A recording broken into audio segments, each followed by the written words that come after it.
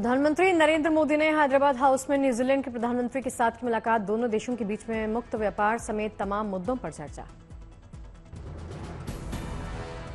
मराठी नववर्ष गुड़ी पड़वा के मौके पर नागपुर जा सकते हैं प्रधानमंत्री मोदी।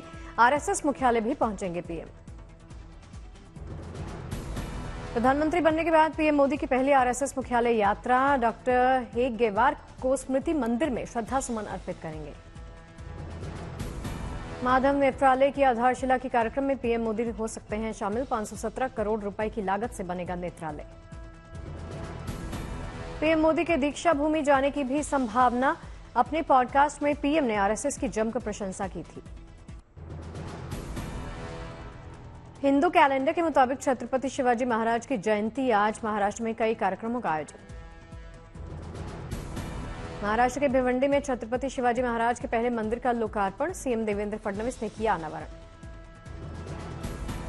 भिवंडी में 1 एकड़ में फैला हुआ 56 फुट ऊंचा शिवाजी का मंदिर। सैनिकों पर आधारित कलाकृतियां यहां मौजूद। डेप्यूटी सीएम एकनाथ शिंदे ने थाने में छत्रपति शिवाजी महाराज की प्रतिमा का अनावरण किया। विधि विधान से पूजा की।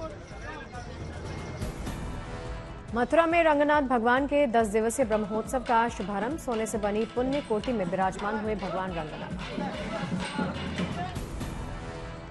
महाराष्ट्र कांग्रेस अध्यक्ष ने सीएम फडणवीस की औरंगजेब के साथ की तुलना। बोले औरंगजेब और देवेंद्र फडणवीस का शासन एक जैसा। महाराष्ट्र के उप मुख्यमंत्री एकनाथ शिंदे को मिला पहला संत तुकाराम महाराज अवार्ड। बीज महोत्सव में किए गए सम्मानित। वक्फ संशोधन बिल के खिलाफ जंतर मंतर पर हल्ला बोल। एआईएमआईएम के कई नेता हुए शामिल। एआईएमआईएम के दिल्ली प्रदेश अध्यक्ष शोएब जमई भी बैठक में शामिल हुए। कहा एआईएम के कार्यकर्ता और नेता शांतिपूर्ण प्रदर्शन का हिस्सा बनेंगे। जगदंबिका पाल ने जंतर मंतर प्रोटेस्ट को बताया राजनीति से प्रेरित। कहा किस बात का हो रहा विरोध। संभल जामा मस्जिद में रंगाई पुताई के काम का आज दूसरा दिन। एएसआई की निगरानी में चल रहा काम। इलाहाबाद हाईकोर्ट से मस्जिद की पुताई के लिए मिला था आदेश। बाहरी दीवारों पर ही पुराने कलर की पेंटिंग करने की अनुमति। पुताई के आदेश को लेकर मस्जिद कमेटी ने जाहिर की थी खुशी। मस्जिद के मूल ढांचे को बनाए रखने का आदेश। संभल में शाही जामा मस्जिद की हुई सजावट। लाइटों का किया गया डेकोरेशन। हाईकोर्ट के पूर्व न्यायाधीश सत्यनारायण मूर्ति ने तिरुपति बालाजी मंदिर का दौरा किया। भगदड़ मामले की जांच कर रहे हैं।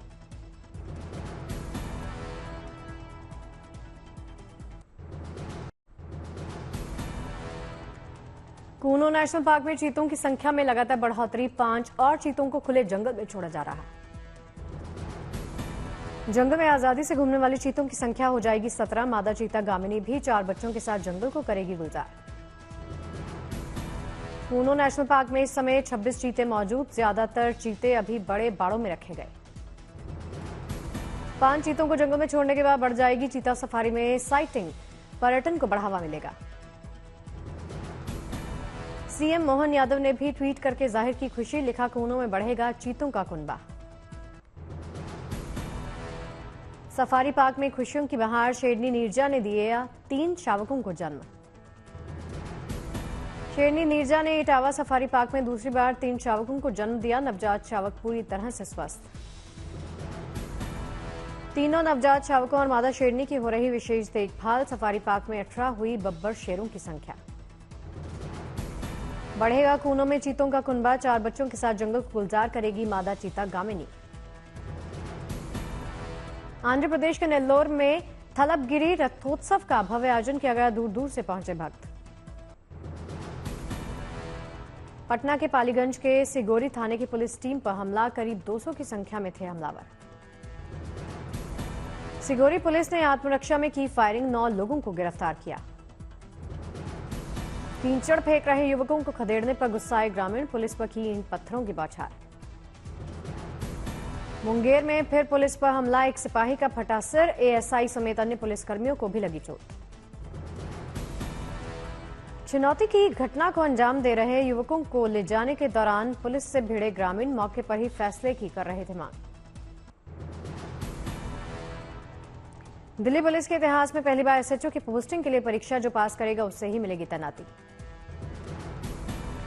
दिल्ली में अभी तक वरिष्ठता अनुभव के आधार पर होती है एसएचओ की पोस्टिंग। नई प्रणाली का उद्देश्य चयन प्रक्रिया में पारदर्शिता लाना। एसएचओ की परीक्षा के लिए कुल 122 पुलिस निरीक्षकों ने किया आवेदन। वजीराबाद स्थित दिल्ली पुलिस अकेडमी में कल आयोजित होगी परीक्षा। दिल्ली में महिलाओं की सुरक्षा के लिए बड़ा कदम। यूपी की तर्ज पर बनेगा anti eve teasing squad.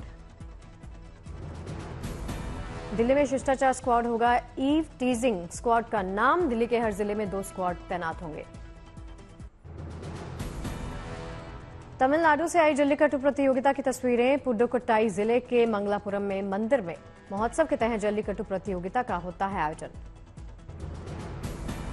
Pudukkottai के जल्लीकट्टू में शामिल होने दूर दूर से पहुंचे लोग। बैल को काबू करने के लिए लगाया जाता है पूरा जोर। पटना के दानापुर की रहने वाली खुशबू कुमारी को केंद्रीय मंत्री धर्मेंद्र प्रधान से सहायता मिली। बच्ची को विज्ञान में दिलाया दाखिला।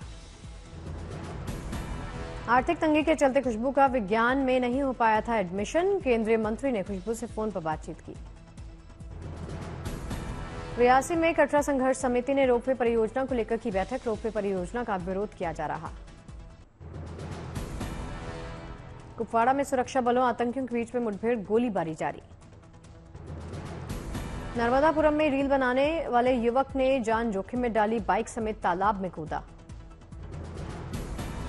सोशल मीडिया पर रील वायरल होने पर हरकत में आई पुलिस। कान पकड़वाकर मंगवाई माफी। सोलन में बारिश के दौरान पेड़ पर गिरी बिजली। स्कूल को पहुंचा भारी नुकसान। ओडिशा में 2 गाय तस्करों को पुलिस ने अरेस्ट किया। जयपुर से कटक जिले में कर रहे थे तस्करी। दिल्ली के प्रगति मैदान में 21 से 23 मार्च तक होगा हार्ट ऑफ आर्ट एक्सपो का आयोजन। 300 से ज्यादा भारतीय कलाकार लेंगे हिस्सा। हार्ट ऑफ आर्ट एक्सपो में 5000 से ज्यादा कलाकृतियां होंगी प्रदर्शित। 40,000 से ज्यादा मेहमान करेंगे शिरकत। कर्नाटक के उडुप श्री कृष्ण मठ मंदिर में बीजेपी सांसद तेजस्वी सूर्या ने की भगवान की सेवा। उनकी पत्नी शिवश्री सकंद प्रसाद ने दी संगीत की प्रस्तुति। डॉक्टर आलोक ड्रोलिया बने अहिंसा विश्व भारती और विश्व शांति केंद्र के वैश्विक अध्यक्ष। विश्व शांति केंद्र के उद्घाटन के मौके पर दी जिम्मेदारी। दिवंगत पंजाबी गायक सिद्धू मूसेवाला के छोटे भाई के जन्मदिन पर पहुंचे पूर्व सीएम चन्नी। केक काटकर परिवार वालों को दी बधाई। जम्मू कश्मीर के गुलमर्ग में बर्फबारी का दौर लगातार जारी। भारी बर्फबारी से चारों तरफ बिछ गई सफेद चादर। गुलमर्ग में बर्फबारी से घिरी बड़ी इमारतें और मैदान। बड़ी तादाद में देश विदेश से उमड़े सैलानी। मौसम में बदलाव के साथ मैदानी इलाकों में बढ़ने लगा तापमान। उत्तर प्रदेश में विंध्य और बुंदेलखंड क्षेत्र में पानी की सप्लाई सुनिश्चित करने के लिए मुख्यमंत्री योगी के आदेश। ओडिशा के ज्यादातर इलाकों में भीषण गर्मी का असर। बौद्ध शहर में सबसे ज्यादा टेम्परेचर। देहरादून में मशहूर झंडा मेला की तैयारियां जारी। 19 मार्च से शुरू होने वाले उत्सव में लाखों श्रद्धालु पहुंचेंगे। दिल्ली पुलिस का ऑपरेशन घुसपैठिया जारी। अवैध तरीके से दिल्ली में रह रहे 7 बांग्लादेशी पकड़े। दिल्ली में कई सालों से अपनी पहचान बदलकर रह रहे थे बांग्लादेशी। इनके पास से पुलिस ने फर्जी भारतीय दस्तावेज बरामद किए। सीएम योगी आदित्यनाथ ने पूर्व सीएम हेमवती नंदन बहुगुणा की पुण्यतिथि पर दी श्रद्धांजलि। देश की आजादी में निभाई थी भूमिका। लखनऊ में आयोजित श्रद्धांजलि सभा में डेप्यूटी सीएम ब्रजेश पाठक ने भी पूर्व सीएम बहुगुणा को याद किया। एमपी के श्योपुर में घर के बाहर बैठे 9 साल के बच्चे पर जंगली जानवर ने हमला किया। मां ने बचाई जान। भगवान श्री राम के करोड़ों भक्तों के लिए गुड न्यूज आई है। अयोध्या में श्री राम जन्मभूमि मंदिर निर्माण का काम जून तक पूरा होने की संभावना। रामनवमी के मौके पर राम मंदिर में होगा भव्य आयोजन। दोपहर 12:04 पर होगा रामलला का सूर्य तिलक। अयोध्या में श्रद्धालुओं के लिए लगाई जाएंगी 50 स्क्रीन्स।